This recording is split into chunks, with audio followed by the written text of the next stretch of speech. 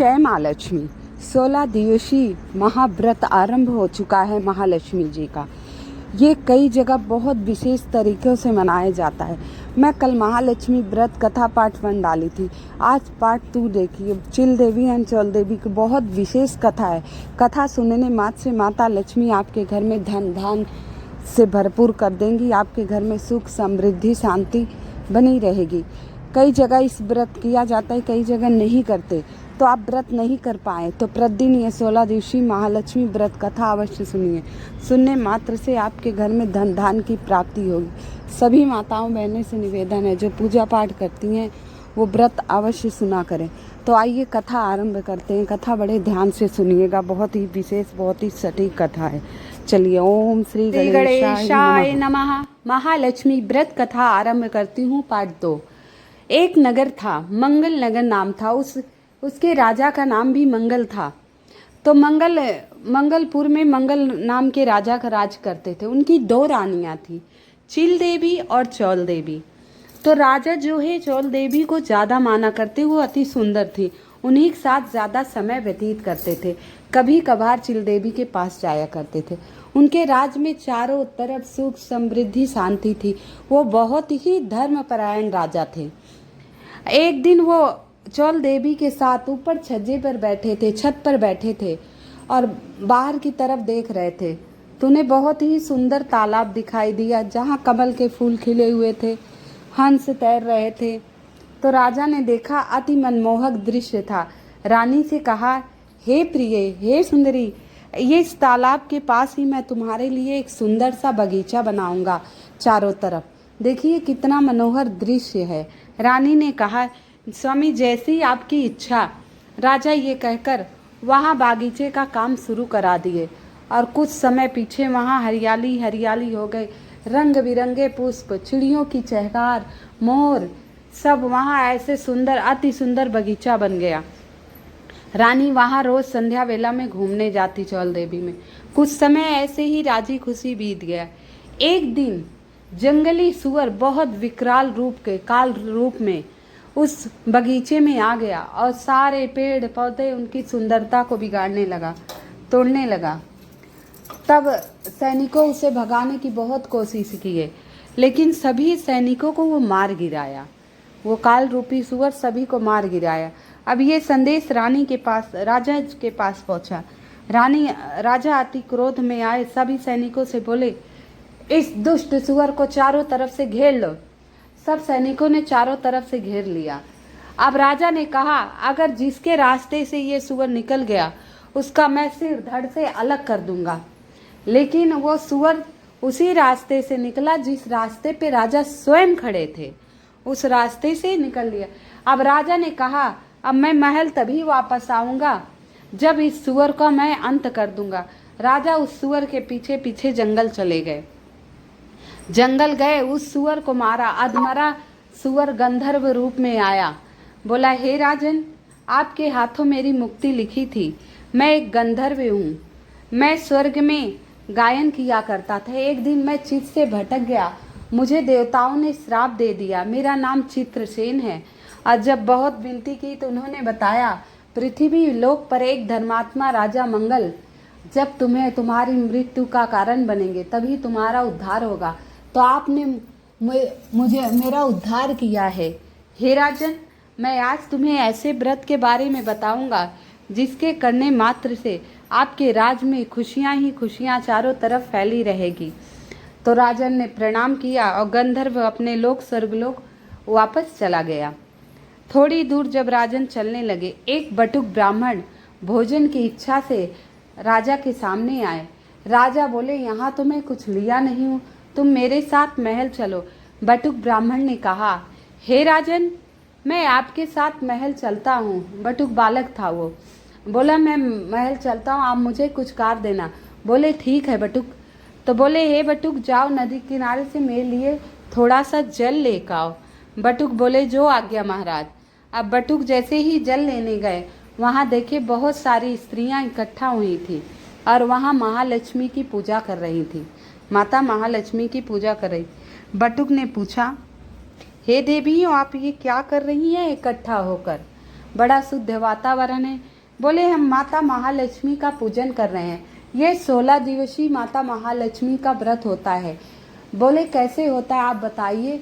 बोले भाद्र पक्ष की शुक्ल पक्ष की अष्टमी राधा अष्टमी से शुरुआत होती है 16 दिवसीय महालक्ष्मी व्रत कथा। अगर 16 दिन व्रत नहीं कर पाए तो बीच में 3 दिन करो, शुरू के दिन, बीच में और अंत में उद्यापन करो। रोज माता लक्ष्मी का पूजन करो।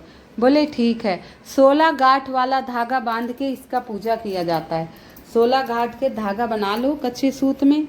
इसके बाद रोज बांधकर उसी से पूजा करो और पूजा करने के बाद वो धागा आप भगवान के पास रख दीजिए और 16वें दिन जब पूजा अर्चना करने के बाद इस धागे को स्वयं बांध ले। तो बटुक ने सारी कथा विधि महालक्ष्मी व्रत की सुन ली और 16 गांठ वाला धागा उन्होंने उसे दे दिया। बोले ये अपने राजा के हाथ में बांध देना और कह देना इस व्रत को करेंगे। तो बटुक बालक बोला ठीक है। वो जल पिया और राजा के लिए गया। राजा जब जल पिए बोले ये हाथ में धागा कैसे लिया है बटुक। बटुक ने बोला हे महाराज ऐसे ऐसे व्रत करना है, ये 16 गांठ वाला धागा आप बांध लीजिए। जब अगले भाद्र पक्ष की शुक्ल पक्ष में अष्टमी आएगी तो आप व्रत शुरू कर देना और अश्वनी मास की अष्टमी का इसको समापन होता है। बोले ठीक है बटुक तू कह रहा है तो कुछ अच्छा ही होगा। अब उस समय मन में गंधर्व का विचार आया राजा को, यही व्रत है शायद। अब राजा महल चले गए वहाँ से प्रसाद लेकर। अब जब महल चले गए, महल जाने के बाद उन्हें धागा बंधा देखकर चौल देवी से मिलने गए। अब चौल देवी राजा के हाथ में धागा बंधा देखकर बहुत क्रोधित हो गईं। बोली हे राजन तुम किसी पराई स्त्री के पास गए थे और उसके सुहाग के लिए तुमने ये धागा बांध रखा है और वो धागा तोड़ के फेंक दी। इतने में चिल देवी आई थी किसी दासी को कुछ देने वहीं महल में। उन्होंने वो धागा उठा लिया और बटुक ब्राह्मण से पूछा ए बटुक ब्राह्मण ये क्या है। बटुक ने बताया हे रानी ये महालक्ष्मी व्रत कथा का धागा है जो चोल देवी ने इसे फेंक दिया। अब यहाँ कुछ नहीं हो सकता, चारों तरफ दुख ही दुख आएगा। बोली नहीं ये व्रत मैं करूँगी।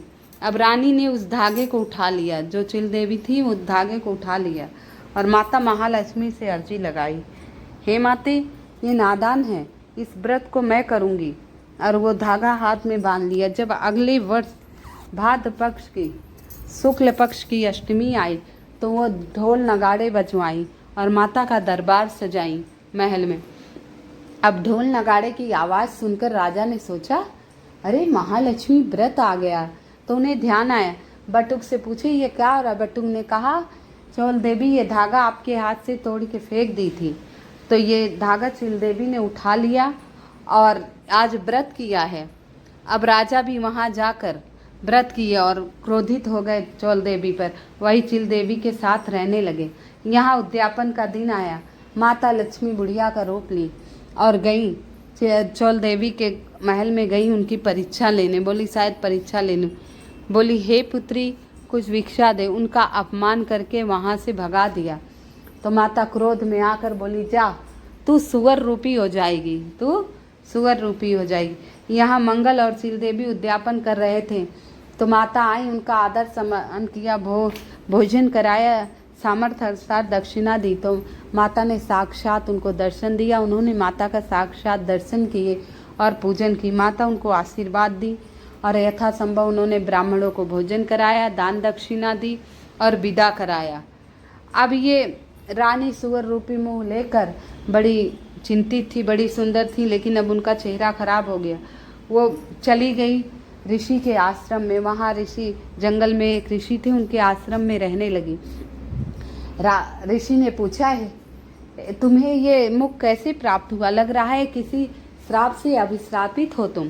तो रानी ने सारी वार्ता बता दी। तो अब ऋषि बोले अब तो महालक्ष्मी व्रत 1 साल पीछे आएगा।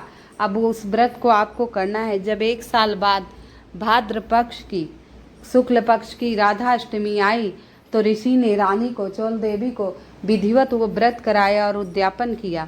यहाँ राजा रानी भी महल में थी। अब इस उद्यापन से माता महालक्ष्मी अत्यंत प्रसन्न हुई और उन्हें पहले से अधिक सुंदर रूप दे दिया।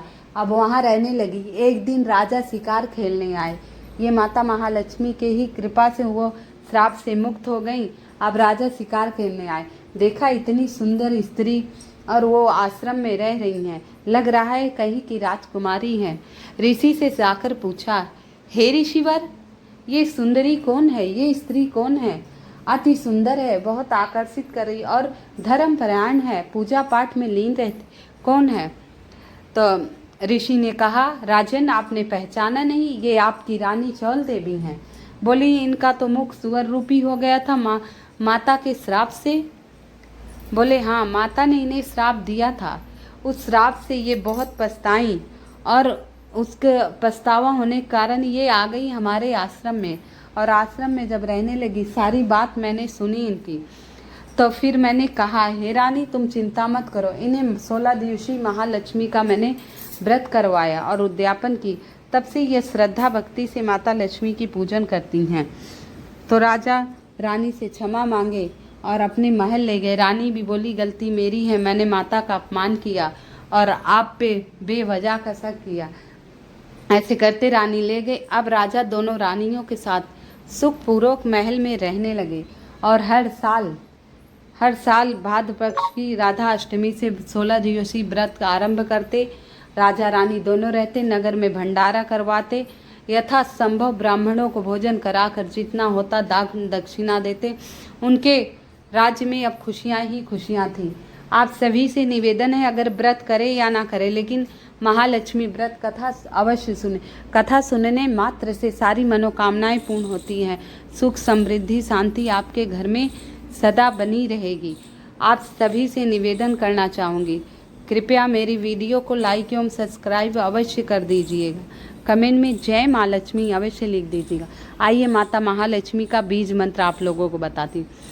ओम श्री ह्रीं श्री कमले कमलालय प्रसीदि प्रसीदि श्री ह्रीं श्री महालक्ष्माय नमः। ओम श्री ह्रीं श्री कमले कमलालय प्रसीदि प्रसीदि श्री ह्रीं श्री महालक्ष्माय नमः। ये माता का बीज मंत्र है। अब माता का गायत्री मंत्र सुनिए। भागलक्ष्मी च विद्महे यशलक्ष्मी च धीमहि तन्नो लक्ष्मी प्रचोदयात् नमः। भागलक्ष्मी च विद्महे यशलक्ष्मी च धीमहि तन्नो लक्ष्मी प्रचोदयात् नमो नमः। ओम भागलक्ष्मी च विद्महे यशलक्ष्मी च धीमहि तन्नो लक्ष्मी प्रचोदयात् नमो नमः। जय माँ लक्ष्मी, जय जय माँ लक्ष्मी, जय माँ लक्ष्मी, जय जय माँ लक्ष्मी, जय माँ लक्ष्मी, जय माँ लक्ष्मी, जय माँ लक्ष्मी, जय माँ लक्ष्मी, जय माँ लक्ष्मी, जय माँ लक्ष्मी, जय जय माँ लक्ष्मी, जय माँ लक्ष्मी, जय माँ लक्ष्मी, जय माँ लक्ष्मी, जय माँ लक्ष्मी, जय माँ लक्ष्मी, जय जय माँ लक्ष्मी, जय